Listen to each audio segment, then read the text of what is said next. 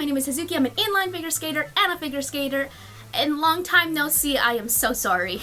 It's been like 4 months since I've stood in front of this wall and talked to you guys, but I hope you guys are all doing well. I'm glad to be back. These are a bunch of tips and tricks that I learned and I wish people had told me before I started skating. Starting with a huge one. Blisters are preventable. 95% of blisters, especially when you're not breaking in your skates, are preventable through things like insoles, band-aids, and socks. Socks are the weird one here. If you look at my what's in my skate bag, admittedly I do need to make a new one of those because it's changed a lot and it's also a really bad video. You'll see that I wear these socks called thinny socks. Personally, I tend to get a lot of blisters on my ankles and those socks have prevented so many. I can feel it basically whenever I forget those socks. Most blisters are preventable. If you know your feet, personally I have completely collapsed arches, so I put in insoles specifically for collapsed arches. I also put up band-aids sometimes if I know I'm gonna get a blister somewhere, and I put on those socks and they tend to prevent all my blisters. Another thing here, I found that foam tape is actually a lot better than band-aids at preventing blisters. If that's something you have access to, you could probably just find it at any drugstore in like the first aid section. It's this kind of soft, almost squishy kind of tape that you can just kind of throw onto your ankles and it'll prevent a lot of blisters. Really quickly, I'm going to talk about a couple things that I learned specifically for ice skating. First of all, get both hard and soft guards. I would go grab them, but they're upstairs and I'm not gonna do that. Sometimes the soft guards are called soakers, and sometimes they come in really cute like animal plush or patterns and stuff like that. There's a lot of customizability with that one. Personally, I get hockey ones because they were cheap and on sale. Soakers basically make sure that while your skates are in your bag, they don't start rusting from the condensation after the rink. Hard guards are for when you're at the rink and you're moving from place to place and you don't want to scuff up your blades on the dirty rubber mats. Basically, having both is really helpful. If you can't, then hard guards I'd say are more important than soft guards. For the longest time, I only had hard guards in my bag. Once I got soft guards, I love them, but hard guards are a little bit more important, I'd say, just so that you don't scuff up your blades everywhere. But yes, get both kinds of guards if you can. They'll save you a lot of trouble. Always carry backup gloves. Now, gloves are important for obvious reasons. Other than your hands getting cold, you want to make sure that you're protecting your fingers from any blades if you fall. And you probably have a set that are like your skating gloves. I have a pretty nice pair of gloves that I got from like Costco that I really like, but sometimes they get soaked after like an hour of skating, and it's really annoying to be skating in cold, wet, damp gloves. It's really nice just to have an extra set of dry gloves in your bag. Also, if you're out skating with friends, maybe someone forgot theirs. If you're skating with someone who's never gone skating before, they'll probably not have brought gloves, and it's always nice to be able to just kind of make sure that your friends have warm fingers as well. Keeping gloves on hand is just always a good thing. It's better to be safe than sorry, right? Finally, if you're about to fall. This might sound a little bit weird if you're new to skating. I really hope you learn how to fall properly from a professional. That's not something I'm ever going to teach on here, just because it's really hard to teach through a screen. And also, I'm not a professional. I don't really know how to teach it. If you know how to fall, it's a lot better to fall out of something that's going wrong than to try to force it and then fall anyways and get hurt. Say you're doing a camel spin and your free leg is starting to go all wonky, it's better to just duck out of the spin and fall on your butt safely than to force it and like topple over, or I don't really know what could happen, but like hurt yourself. So fall out of any fights if you can. It happens to all of us. There's a reason why I'm called the one who falls a lot at the rink. As an asterisk here, I've been thanked by mothers of small children for showing their kids that it's okay to fall when you're skating, even if you're like good at skating. So there's that. And now we're moving on to specifically inline stuff. First, the smallest pebbles can make you trip. This is really annoying for obvious reasons, but especially if you're skating outdoors, be very careful of where all the pebbles on the court are. I've brought brooms to skating before so I could sweep some of the gravel off of my skating surface. I usually spend like 5-10 minutes before skating, or just with my skates on, picking up all the tiny loose bits of gravel and throwing them off to the side, which kind of looks really weird to onlookers now that I think about it, but it tends to really help with, you know, not falling. If you're new to inline skating, this is something that you need to know. There is a drop at the heels. That sounds kind of weird. I'm going to show it on this diagram because I don't want to go and get my skates from upstairs. With normal figure skates, you have a bit of an edge, so you can lean on your heel a little bit without falling backwards. But with inlines, you can't really do that. I learned that the hard way. A lot of times, actually, now that I think about it. Basically, if you're just starting out on inlines, don't lean on your heels too much. I know you would don't want your weight on your toes so you don't trip over the toe stop, but don't put all your weight on your heels because it's gonna slip out from under you and you are gonna fall and it's gonna hurt. Road rash hurts, keep Polysporin on you. This might sound kind of obvious. I have a mini first aid kit in my bag that has Polysporin and some gauze and all kinds of little things that'll help you, especially if you get a really bad case of road rash. I still have a scar on my knee from a time that I fell in mid-June, July-ish. That was particularly bad. That was where I learned the Polysporin lesson. Basically, the falling thing from earlier on ice kind of doesn't apply as much here. It is better to fall in a controlled way, but if you fall, it tends to hurt a little bit. On the same vein, if you're going skating, wear pants that you are okay with ripping.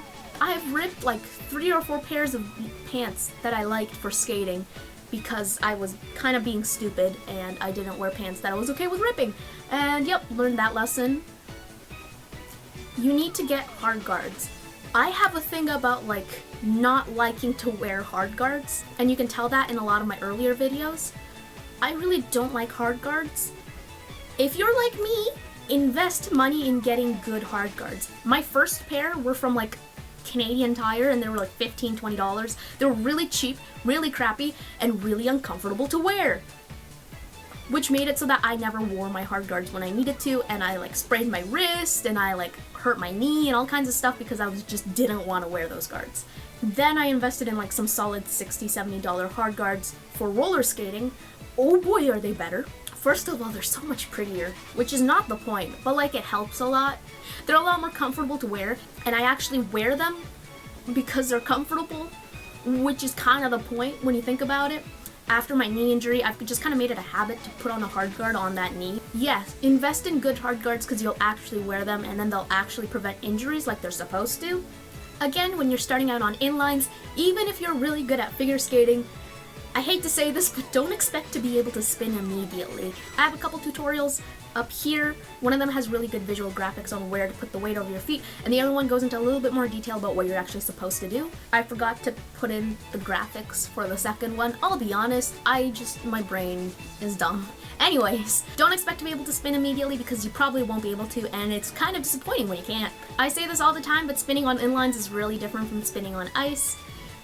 And that transition takes a little bit of time. Yeah, don't set yourself up for disappointment. It's possible, and it's actually fairly easy to learn, especially if you have experience with ice figure skating. This is just to kind of set your expectations a little bit lower than where they might be. I hate to do that, I'm so sorry. Don't try spirals without protection. Yeah, I learned that one the hard way as well. Basically, spirals, you tend to be on one leg, and your body is usually twisted in a way that it's kind of hard to immediately gain balance again if you lose it. Wear knee guards and elbow guards and wrist guards when you're doing spirals, especially for the first time or when you're practicing something new, just because you don't want to fall and get hurt. I've done that one too, a lot. Not fun at all. An asterisk here, when you're doing Y spirals backwards, it's really terrifying. Make sure you have elbow guards on, because when you fall, even if you don't want it to be, your instinct might be to go backwards with your elbows to catch yourself. Just be very aware of where your limbs are. Here's a huge one for a lot of the people that like watching my videos. You actually don't need inline specific tutorials for most things. Now obviously things like spins or 3 turns, you need inline specific tutorials for those because the weight along the blade or the wheels is different than ice. But a lot of things I learned on inlines from figure skating videos. Someone like Coach Michelle Hong has helped me a lot with inline stuff. And yeah, you really don't need inline specific videos for most things. I feel like I'm just gonna lose half my subscribers from saying that. Even things like crossovers, I've been getting a lot of people asking for crossover tutorials. You kind of don't need inline specific ones. You can just find figure skate crossover tutorials and they should do the job. Things like my video about eagles, it's kind of not necessary other than the couple exercises that you can only really do on inlines that I talked about. Yeah, no, really don't need inline specific tutorials for those. This is a bit more organizational, especially if you have a dumb brain like mine that tends to forget things that I want to practice. Make a list of all the things you can do, all the things you're working on, and all the things you want to be able to do in the future. And also do a list of warm-ups because I tend to forget a lot of those. They really help just if you're practicing stuff. It's nice to have a list of things that you want to practice. There's a lot of times where I'm at the court and 15 minutes in, I'm like, what do I do now? It's just really nice to have a list of everything, just to organize your practices a lot better. Otherwise, I just kind of like do laps around the rink for half an hour while listening to music and call it a day, and that's really not very helpful. Finally, I know this is really hard. I personally suffer from like a lot of social anxiety, so it's really hard for me, but it's okay to ask people for help on things. If you're at the rink and you see someone else figure skating and they're like, oh, their spins are way nicer than mine, I wonder how they center them, go up and ask. 9 times out of 10, they're gonna be really nice about it. I made one of my closest skating friends because I somehow, I don't know how, but I built up the courage to say hi to her and ask her how she centered her spins. Mine are really, really good at traveling really far, and her spins were really centered, and I asked her how she did it, and she taught me a couple exercises to help, and they did help a lot, and we became really good friends. A lot of people at the rink are super duper friendly. But yeah, that's a list of all the things I wish people had told me before I started skating. I've been doing this for like 2 or 3 years now. It took me so long to learn some of those. Oh my goodness. Yeah, learn from my mistakes. If you have anything that you wish people had told you before you started skating, leave them down in the comments below. As a side note here, shameless self-promo. This video is sponsored by myself. No, it's not. If you want to see more of me, outside of the context of skating, I have a streaming channel with a couple of my friends. You actually probably know them. Cameron from the finances video and Sam who has allergies. That's a really niche reference. We have a streaming channel over on Twitch and YouTube at Miss Squeak. We tend to stream a lot of Minecraft and drawing and variety stuff. It's very chaotic. I tend to be drunk in a lot of them. I'm trying to learn how to do a walkover, like a front walkover, where you like, I can try to do it here. That's such a bad idea, but I'm gonna try to do it here. So that's a no. We drew Pokemon one time, and we didn't know what Pokemon looked like, and they were freaking demonic. That was a lot. But we have a lot of fun on there if you want to come and check us out. I would love that. You can find us up somewhere around here in one of the corners. Yeah, thanks in advance, and I will see you guys next time.